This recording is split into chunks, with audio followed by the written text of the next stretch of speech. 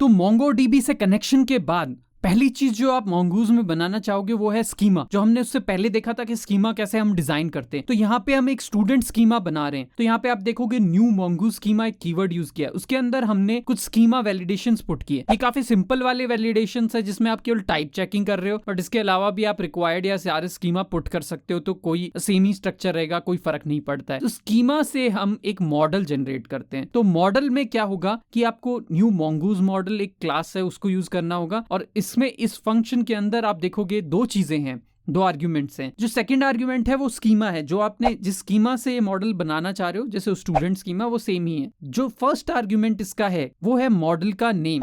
ये मॉडल का नेम काफी इंपॉर्टेंट है, यहाँ स्ट्रिंग में दिया गया है। इसी नेम से आपका कलेक्शन अफेक्ट होगा। मतलब अगर आपने स्टूडेंट नाम लिया है तो स्टूडेंट्स नाम का ही कलेक्शन बनेगा। तो इसी नाम का मैं एक वेरिएबल स्टूडेंट यहाँ पे यूज कर रहा हूँ। ये नाम आप अलग भी रख सकते हो, बट मोस्टली कंफ्यूजन ना क्रिएट करने के लिए आप कोशिश करोगे कि जो मॉडल का नाम है वही आप इस कांस्टेंट का नाम रखो, ताकि आगे आप इसको कोड में यूज करोगे तो आपको याद रहेगा कि कौन से मॉडल को आप रेफर कर रहे हो। तो स्टूडेंट जो मॉडल है उससे जो भी चीज बनेगी वो एक स्टूडेंट्स कलेक्शन में ही सेव होगी। तो अब इसको यूज करके हम सारे ऑपरेशन CRUD ऑपरेशन कर सकते हैं। तो एक बार देखते हैं कि ये कैसे काम करेगा। स्टूडेंट स्कीमा आपका है, उससे आपने एक स्टूडेंट मॉडल बनाया। स्टूडेंट मॉडल पे आप क्रिएट करके जो भी है आपका क्रिएट क्वेरी लगा सकते हैं, और इससे आपके जो भी DB ऑब्जेक्ट्स बनेंगे वो उस मॉडल पे कंसिस्टेंट होंगे, और ये अपने आप एक स्टूडेंट्स कलेक्शन में। तो स्टूडेंट्स प्लूरल है, वो अपने आप Mongoose में यह है कि वो सिंगुलर को प्लूरल में कन्वर्ट कर लेता है और लोअर केस में कर लेता है। तो अपने आप इस नाम का एक कलेक्शन सेव हो जाएगा इन DB ऑब्जेक्ट्स के साथ में। और क्या चीजें हम कर सकते हैं, ऐसे ही रीड, अपडेट और डिलीट, ये सब ऑपरेशन भी आप मॉडल पे सीधे यूज कर सकते हो, और वो भी स्टूडेंट कलेक्शन पे ही एक्ट करेंगे।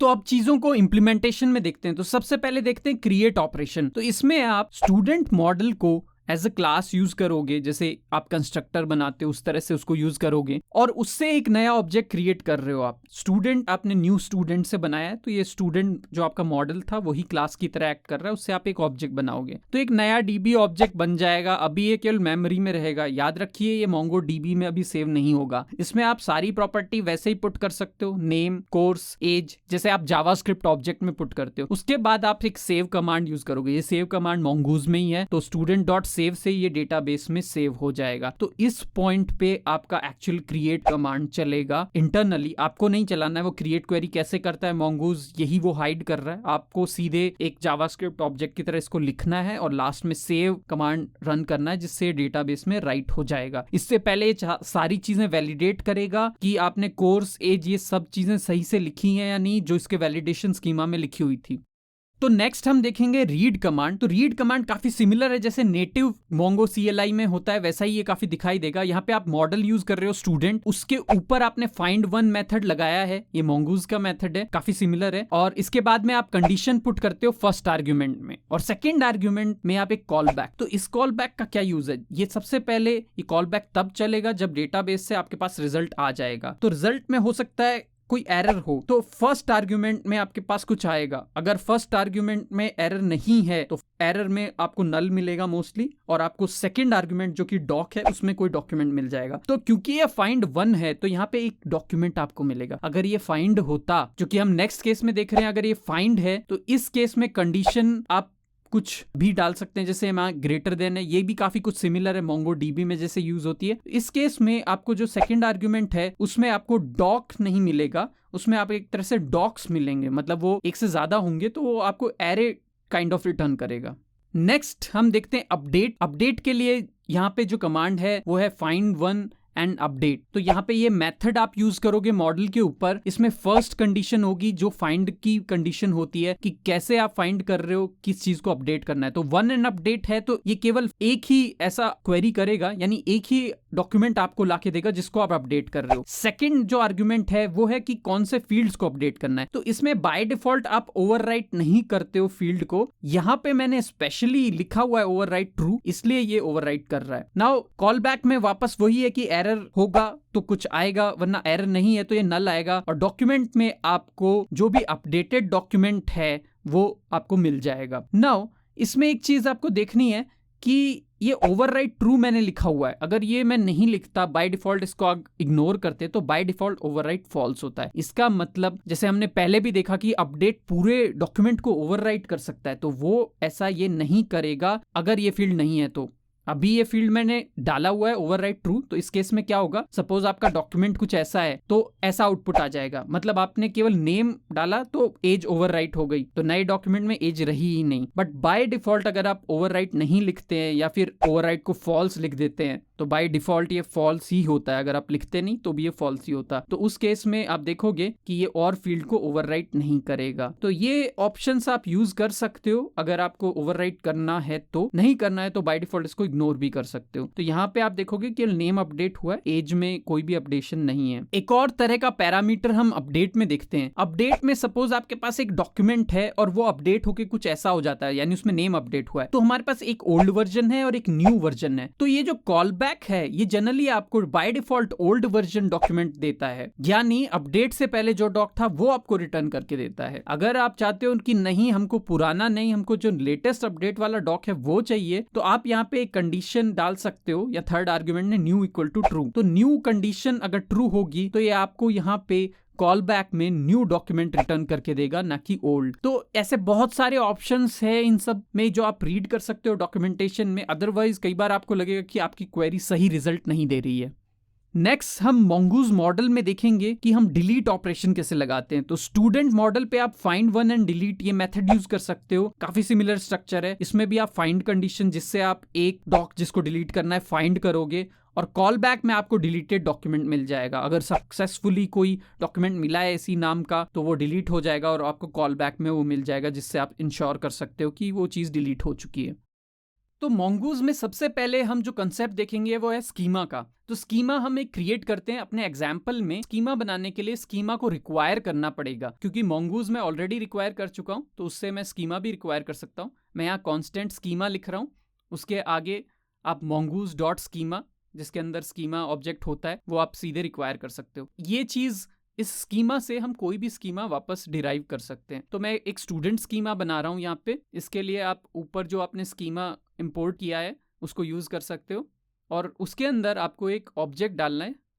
तो न्यू स्कीमा लिखना जरूरी है, ये एक तरह से क्लास की तरह बिहेव करेगा और नया ऑब्जेक्ट आपको क्रिएट करके देगा। तो यहाँ जेसन में आपको लिखना है कि किस तरह का ऑब्जेक्ट आप एक्सपेक्ट कर रहे हो। जैसे नेम एक्सपेक्ट कर रहे हो, एज एक्सपेक्ट कर रहे हो, नेम में आप स्ट्रिंग है और एज में मे बी आप नंबर एक्सपेक्ट कर रहे हो, तो उस तरह का सारा इनपुट आप यहाँ पे दे सकते हो स्कीमा में।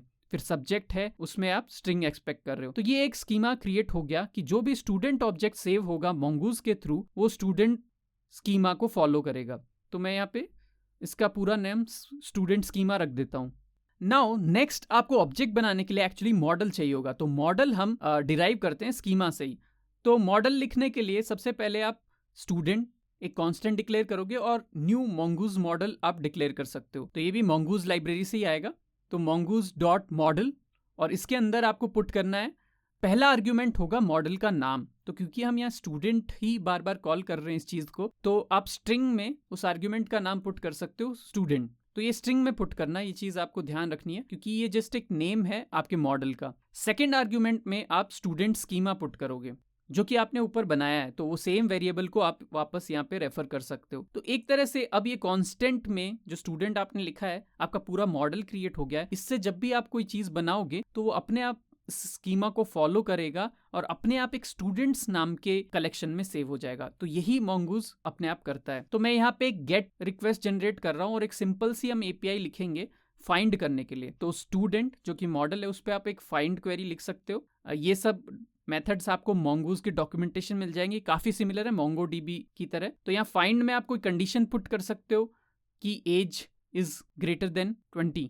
तो यहाँ पे आपने ये कंडीशन पुट की और इसके बाद में कॉल बैक में आपको वो डॉक्यूमेंट्स मिल जाएंगे। तो इस कॉल बैक में आपके पास एक्चुअली दो चीजें रिटर्न होती हैं। फर्स्ट है एरर, अगर कोई एरर है तो, और सेकंड में जो डॉक्यूमेंट या डॉक्यूमेंट्स हैं। तो फाइंड के केस में ज्यादा डॉक्यूमेंट्स होते हैं तो डॉक्स हमने लिखा है। अब मैं यहाँ पे एक रिस्पॉन्स जेसन दूंगा जिसमें मैं डॉक्स रिटर्न कर रहा हूँ। तो ये इस तरह से मैं मान रहा हूँ कि एरर आएगा ही नहीं, लेकिन जनरली एरर आ सकता है, तो आपको एरर को भी हैंडल करना चाहिए। तो इफ एरर, तो मैं एक स्टैंडर्ड लाइन लिखता हूँ थ्रो एरर, तो यानी ये प्रोग्राम बंद हो जाएगा और आपका एरर प्रिंट हो जाएगा आपके कंसोल पे। तो इस क्वेरी को अब हम रन करके देखते हैं कि क्या mongoose हमारे, क्योंकि हमने पहले से ही स्टूडेंट्स नाम का एक डेटाबेस बना रखा है, इसलिए फाइंड क्वेरी काम कर सकती है। अदरवाइज मोस्टली आपको सबसे पहले क्रिएट ऑपरेशन यूज करना चाहिए, न कि रीड ऑपरेशन। बट हम यहाँ पे पहले ही बना चुके हैं उस तरह का कलेक्शन, इसलिए हम रीड रिक्वेस्ट डायरेक्टली बना पा रहे हैं। तो मैं अपने सर्वर पे इस एपीआई को कॉल करता हूँ और इसका नाम स्टूडेंट्स था, तो मैं /students लिखता हूँ, तो गेट रिक्वेस्ट हुई और हमारे पास 2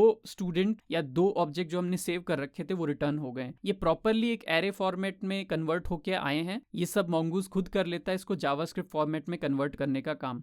तो यहाँ लेस देन भी हम देख सकते हैं कि हम जैसे क्वेरी चेंज करेंगे तो अपने आप ये डिफरेंट रिजल्ट देगा। अभी मेरा सर्वर ऑटोमेटिकली रीस्टार्ट हो रहा है क्योंकि मैं नोडमॉन पे चला रहा हूँ, इस वजह से हम जो भी चेंज सेव कर रहे हैं वो ऑटोमेटिकली सर्वर रीलोड कर पा रहा है। तो इस तरह से आप देख सकते हो कि mongoose मॉडल एक इंटरफेस प्रोवाइड करता है जिसमें आपको सीधे MongoDB क्वेरीज ना लिख के इसके मॉडल ऑब्जेक्ट पे ही आप क्वेरी लिख के चीजें रिटर्न करवा सकते हो। इनके डॉक्यूमेंटेशन में आप देख सकते हो कि इनके पास कितने तरह के स्कीमा टाइप्स हैं, जैसे कि हमने देखा स्ट्रिंग है, नंबर है, उसके अलावा बुलियन है, उसके अलावा भी बहुत सारे स्कीमा टाइप इनके पास हैं जो आप यूज कर सकते हो। तो यहाँ पे एक कंप्लीट लिस्ट दी गई है कौन कौन से स्कीमा टाइप्स इसमें अवेलेबल हैं, ताकि आप प्रॉपर टाइप वैलिडेशन कर सको। इसके अलावा यहाँ पे मॉडल पे कितनी तरह की क्वेरी लगाई जा सकती है, जैसे आप देख रहे हो फाइंड, अपडेट, डिलीट, ये सब भी यहाँ डॉक्यूमेंट में दिया हुआ है। तो डॉक्यूमेंटेशन को जरूर फॉलो करें। तो इस चैनल पे हम देखते हैं इंटरेस्टिंग कोड कॉन्सेप्ट्स और उनके एग्जाम्पल कोड्स। अगर आप और ऐसे वीडियो देखना चाहते हैं तो सब्सक्राइब कीजिए